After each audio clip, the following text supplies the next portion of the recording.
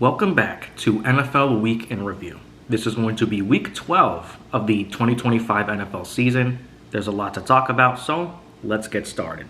Thursday night football. We have Buffalo Bills at the Houston Texans. I would say both teams did pretty good. This was a pretty close game. I'm not sure what happened to the Buffalo Bills, though, because they won last week against the previous week against Tampa Bay, right? But they lost to the Dolphins, and now coming into the Houston Texans, they lose to backup quarterback Davis Mills. I have something to say about Davis Mills, though. His cadence is something that will be engraved in my head forever because he has one of the most unique cadences ever, right beside Dak Prescott. If I were to rate this game, I don't think I've been doing ratings for, these past few weeks when I started doing it. Texans' best defensive plays from an 8-sack game. Oh, that's one thing. Josh Allen got sacked 8 times. 8 freaking times in this whole game. So that averages out 2 sacks per quarter. So that's wild. Texans defense was on one. And I actually kind of like their red jerseys that they had. They don't have the Texans logo on their helmet, so they have the horns that go back like this. It looks really cool. I actually kind of like those jerseys. Khalil Shakir's best plays from a 110-yard game.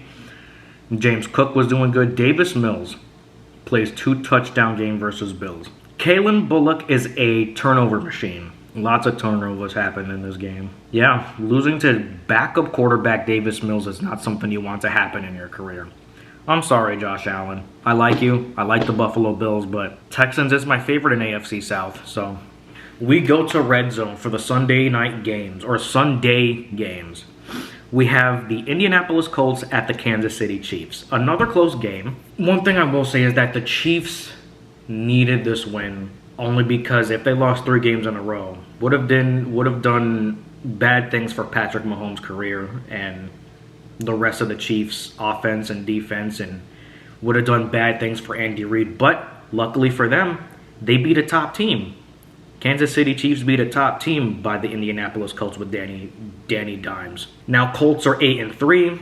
Chiefs are now 6-5, and we're gonna get to some of those 6-5 teams later. It's pretty wild that the Chiefs are now almost leveling out their wins to losses. It's kind of hard to think the refs used to be on their side and trying to help them out every game, and now it's not. It all depends how you play, right? Patrick Mahomes did not get me any fantasy points. Only 3, which sucked. But I did have Travis Kelce. Let me see how much Travis Kelce got me, because I do also have him. He was my starting tight end. Patrick Mahomes scored me 17 points. Before I thought it was 3. Travis got me 8. Harrison Butker got me 16. So I have a couple of Chiefs on my starting team, but Danny Dimes can recoup from this loss. It's the Chiefs, so it's not a big deal to them. They're gonna come back. They're gonna come back next week when they face. Who are they gonna face? They're gonna face their divisional rival, the Houston Texans. So we'll see how they do there. Next up, we have the Jacksonville Jaguars at the Arizona Cardinals. I forgot how long Travis Hunter was out for. Maybe he's out for the whole season, but I forgot what week he got injured. But he was not here this game. But that didn't matter because the Jaguars still won this game. This game went into overtime because they tied at 24. And I love games that have 2 teams catching up to each other, because it just felt like it just kept stacking up, and they were leveling each other out. I love games that do that. That's the mark of a good game. So we have Jacoby Myers capping off his first Jaguars touchdown. Congratulations to him. Trevor Lawrence's best plays from a 3-touchdown game. Travis Etienne's best play from 116 scrimmage yards. Jaguars hand Cardinals overtime loss, 27-24. These teams both did good. I actually really like this game, this matchup. I think it was pretty good. Akeem Davis-Gaither's diving interception. Parker Washington uses a nifty juke. Garrett Williams picks off Trevor Lawrence. Michael Carter slips through a would-be tackle. Bam Knight's 4th touchdown of 2025. Rookie Walter Nolan puts Cardinals on their backs. Oh, this was such a good game.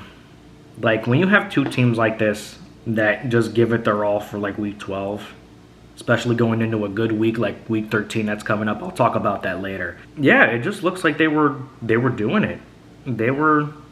Jaguars were doing it, Cardinals were doing it. I love their jerseys, all white and all red. They look ready to go. So Trevor Lawrence was looking good. I think Jacoby Brissett is the quarterback because they don't have Kyler Murray on there. I think he might be injured or unless they benched him. Either way, they still did good. I still think both teams did good, but Jacksonville Jaguars got their number, so congrats to the Jaguars. Next, we have the Cleveland Browns at the Las Vegas Raiders. It wasn't Joe Flacco that started because he went to the Bengals. It wasn't Dylan Gabriel.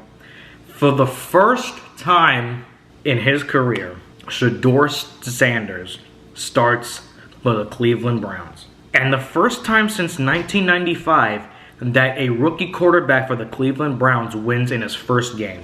So congratulations to Shedeur Sanders for getting another win for the Cleveland Browns. The third win for the Cleveland Browns. Because, I mean, you went up against the Raiders, so Geno Smith isn't doing anything there. I mean, when you have weak defenses and weak offenses, I mean, Shedeur Sanders did decent for what he had. He will start next week, so that's a good sign. People are finally starting to believe in Shedeur Sanders again. So happy for him there. Happy that he was able to, prove the haters wrong. I mean, since the start, I wanted Shedeur Sanders from the start. But for some reason, they started Joe Flacco in the beginning. They got Dylan Gabriel because they traded Joe Flacco to the Bengals. And now Dylan Gabriel wasn't doing all that good. So now, who do they have? Shedeur Sanders. He went from the fourth quarterback to the third quarterback to the backup quarterback all the way to the starting quarterback. And that's, you build your way up, having confidence, having smiles. That's how you do it. Congrats to Shedeur Sanders. Let's see what happened in this game. Blew out the Raiders for a 14-point game. Browns' best defensive plays, every pass rush attempt from Shedeur Sanders. Myles Garrett forced fumble. Browns notched their 8th sack of the game. They also did 8 sacks in this game against Geno Smith. I mean, I can understand if you're Geno Smith because you're on the Raiders. Getting 8 sacks like Josh Allen did, it's kind of bad. If you're Josh Allen, you should not be getting 8 sacks. If you're Geno Smith, I understand. But anyway, congrats to Shedeur Sanders. That's all I want to say. If Shedeur Sanders is watching this, congrats. I want to see you do good. And I can't wait to see more from you. Oh boy. A divisional rivalry game. NFC East. The Philadelphia Eagles at the Dallas Cowboys. And wouldn't you know it, the Dallas Cowboys level out the Philadelphia Eagles. First thing I want to say is, I thought this was probably the best game of this week. Only because I was on the edge of my seat because I was rooting for Eagles so hard. Everybody knows how much I do not like the Dallas Cowboys, but I do tolerate them now because they have lost Marshawn Eland. But they did get their win, so first I want to say congratulations to the Cowboys. Not sure what Jalen Hurts and Saquon Barkley were doing in this game, only because I feel like they fumbled quite a bit, giving Dallas the upper hand. Here's one thing I want to say. I'm perfectly okay with taking a loss here. I'm a semi-Eagles fan, even though I know I'm wearing Dolphins, but everybody knows that I like the Eagles, right? I'm a semi-Eagles fan. I'm okay with taking this loss, but all I know is that Cowboys fans are not going to be shutting up for the rest of this week.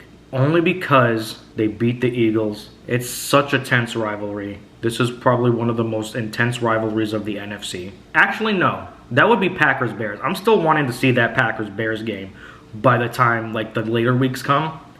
But this was also pretty good. I remember very first week 1, Cowboys at the Eagles, they played, when Jalen Carter spit on Dak Prescott, or Dak Prescott spit on Jalen Carter and then he got pushed. I'm like, oh, we can't be doing this.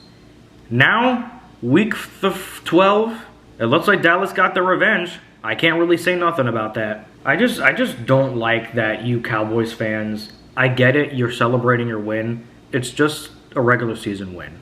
I get it. You beat your rival. Congratulations. But you still have a couple weeks left. So, you got the Chiefs this coming Thursday on Thanksgiving. This Thanksgiving, you have the Chiefs. So, you might get... I can understand celebrating a little bit more there only because they're the Chiefs.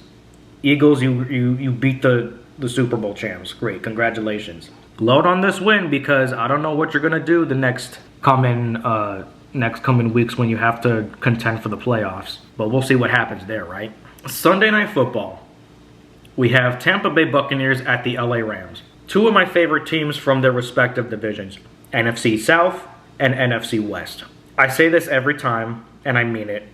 Either way this game was going to go, I was going to be happy because I love both teams. I kind of feel bad for Baker Mayfield because he got a shoulder injury this game. I don't know who the backup quarterback for the Tampa Bay Buccaneers are. Let me look at that really quick. I really wish Baker Mayfield a speedy recovery. That would be Teddy Bridgewater. Once Baker Mayfield got injured, it wasn't even the shoulder that he threw the ball with. It was his other shoulder. I forgot how that happened. Maybe somebody tackled into him or bumped into him, one of the other players. Ever since Baker Mayfield had to sit on the sideline and get treated for that shoulder, Teddy Bridgewater was up and he could not get it done against this Rams team. I mean, you got Matthew Stafford and you got Puka Nacua and Kyren Williams. Is Kyren Williams still on this team? Let me see. Puka Nacua, yes, Kyren Williams, Devontae Adams. Yeah. So you got all of these guys. You got all of these guys that are like so good on this team. Now Rams are a 9-2 team. I love this. I absolutely love this for the Rams. I mean, they were getting lost from Baker Mayfield. I feel like this would have been a very much closer game had Baker Mayfield not gotten injured. I'm still hoping for Baker Mayfield's recovery because I am a Baker Mayfield fan. One of the big Baker Mayfield fans. I'm really hoping that Baker makes a speedy recovery. I hope he's okay. I hope he's not out for the rest of the season because that would be a bad luck on Tampa Bay. But congratulations to the Rams for winning this game. Monday Night Football. We have the Carolina Panthers at the San Francisco 49ers. I was watching the beginning of this game and then I had like tapered off and then I fell asleep. All I remember is that there were so many interceptions thrown in this game. I was just looking at this. I'm like, somebody told me in the Discord server that Bryce Young is an elite quarterback. Yeah, you guys can laugh it up. Elite quarterback from where? Going up against the Niners? So they started Brock Purdy, right? Niners started Brock Purdy. You got Christian McCaffrey and you got George Kittle. Their defense is good, right? Offense is also good. But then you start seeing interceptions thrown by Brock Purdy. It was going a little bit back and forth between that game.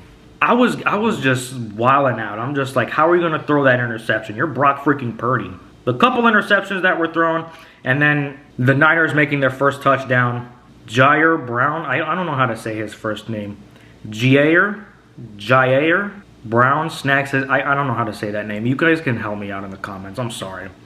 Bryce Young zips RPO strike to Coker. Matt Gay's 29-yard field goal extends 49ers lead. Purdy's play action pass goes to Kittle. They were using Christian McCaffrey a lot in the beginning. That's all I know. Then they tried to use Kittle a little bit. Then they tried to use a couple of their other wide receivers. And then Bryce Young drops a 29-yard touchdown pass. Chuba Hubbard shows off nifty juke moves. Christian McCaffrey's touchdown run. I forgot I had Rico Dowdle in this game. I forgot I had Rico Dowdle for the Panthers. But I don't know. This was probably the first time I was ever rooting for the Niners. Because I'm not a Niners fan. I do not like the Niners that much. But I don't like the Panthers either. I mean, compared to the other teams in the NFC South, Panthers would probably be my like. Because not a fan of the Saints. And I'm definitely not a fan of the Falcons. So, okay. So, you guys have probably noticed that there was no Miami Dolphins game this week. And that is because this was the Dolphins' bye week. If you are a new fan watching this, a bye week is a week where a team doesn't play. The 4 teams that were on bye this week were the Miami Dolphins, the Denver Broncos, the Los Angeles Chargers, and the Washington Commanders. So those teams did not play this week. This gives them time to shuffle some things around, maybe think of their game plan for the next coming weeks after they play, or before they play, rather. I just hope that even though Tua won the last 2 games with the Bills and then the Commanders, I kind of want to see somebody else start. I kind of sort of want to see somebody else start. You have Tua, you have Zach Wilson, Then you got Quinn Ewers, right? I feel like if you give them a chance, I feel like they would do much better than Tua. I'm sorry. I'm happy that Tua was able to win the last 2 games. I still firmly believe that he is not a Super Bowl quarterback. He just is not a Super Bowl quarterback. If we start Zach Wilson, that might be a little bit better. Even with Quinn Ewers, maybe Zach Wilson can get the job done. I'm not sure because we haven't checked it, because I don't even think Zach Wilson is able to get on the field because Mike McDaniel doesn't want to start them. They had their bye week. They did not play this week. What I hope for the next coming weeks is that, okay, for week 13, there's no bye week for week 13, so all teams are playing. The Dolphins are going to play the New Orleans Saints. The New Orleans Saints have Chyler Shuck. I don't want to see multiple fumbles from the Dolphins. This is going to be a home game for the Dolphins, right? Because the Saints are coming at them. I really hope there's a different starting quarterback, because if not, then we're probably screwed. But then again, we're going up against the New Orleans Saints because they got Chyler Shuck. They put Spencer Rattler in the back burner, so that means that Tyler Shuck is starting and that, he can't even do good. Let me check the New Orleans Saints record. Oh, they're 2-9, and the Dolphins are 4-7. So we might get a win here if we're lucky. I still personally think we got lucky with the Bills. The Commanders, we beat a little bit better because Marcus Mariota couldn't read our defense that good. I still think we probably got lucky there. For the Saints, though, I'm a little bit more confident, even though not really. Offense isn't that good, and defense isn't that good. I can't even name a single defensive player on the Saints. I can't. But that's besides the point. Week 13 is going to be a great week for football because all teams are playing, and we have an extra day. We have extra games for the Thursday game because it's Thanksgiving, and then we have a Black Friday game. Let's take a look at the schedule for Week 13. Obviously, I told you the Dolphins are going to play the Saints next week. We did not play this week, so this was our bye week. I just hope we were able to do it against the Saints, because if we lose to the Saints, we might as well just not play anymore. We might as well just cut our losses and just end the season right there. I said this before against when we lost to the Patriots, but we still kept going. We still kept taking losses. I'm able to take it. The Thursday games, okay, the gracious Thanksgiving games that we have 2 divisional rivalry games, and then we have an underdog game. The first game we have for Thursday is Green Bay Packers at the Detroit Lions. Rooting for the Lions so hard, even though I would not be mad if the Packers won. I do like the Packers. That's going to be at 1 o'clock on Thursday on Fox. For the 4:30 game, we have the Kansas City Chiefs at the Dallas Cowboys. So it's going to be another home game for the Cowboys. They're the underdogs for this game, the Cowboys.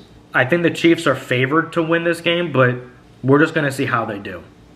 I mean, they'll probably win this one, and I kind of believe it if they win. So anyway, then we have the regular Thursday night football game, the primetime game. We have another divisional rivalry game, the Cincinnati Bengals at the Baltimore Ravens. I'm rooting for the Bengals so hard because Joe Burrow might actually come back. They said he's expected to play against the Ravens week 13. It's not confirmed yet. I have high hopes, but if we still have Joe Flacco there, I'm not sure how he's going to do against Lamar Jackson. For the Friday night game, the Black Friday game, we have Chicago Bears at the Philadelphia Eagles. They're both 8-3 teams, which surprises me. Eagles is more believable to be 8-3, but the Chicago Bears at 8-3, they're the top of the NFC North. And that makes Packer fans really angry. Sunday games, we have Cardinals at Bucks, Jaguars at Titans, Rams at Panthers, Niners at the Browns. Divisional rivalry, we have 2 divisional rivalries from AFC South. We have Texans at Colts, then we have Falcons at Jets, Vikings at Seahawks, Bills at Steelers. 3 divisional rivalry games from AFC West. We have Vegas Raiders at the LA Chargers. The Sunday night football game is Denver Broncos versus Washington Commanders. And then finally, December 1st, Monday Night Football, we have the New York Giants at the New England Patriots. It's so funny to me that they keep playing because this is swapped. Their records are swapped. Giants only have 2 wins and the rest are losses. But the Patriots have only 2 losses and the rest are wins. The Patriots are just going to blow them out the water. But this is going to be a great week for football. That's all I know. A great week for football. It's going to be Thanksgiving. We got 3 games. It's going to be amazing. It's going to be a great week for football. Week 13. Week 14, who are our bye teams? Panthers, Patriots, Giants, and Niners. Okay, so those teams don't play that week. 13 is going to be great. No bye teams. All teams are playing. It's going to be a riot. Thank you all for watching this week. That looks like it does it for our NFL Week in Review for Week 12. You can come back for Week 13 where we talk about most of the teams. I'm not going to talk about all teams, but there's going to be no bye teams, so all teams are going to be playing next week. It's going to be a great week for football. Probably going to be my favorite week, hopefully, if the Dolphins win. If the teams that I'm rooting for are winning, then it'll be a great week for football. But thank you all for watching. Come back for Week 13. See y'all next week. Peace.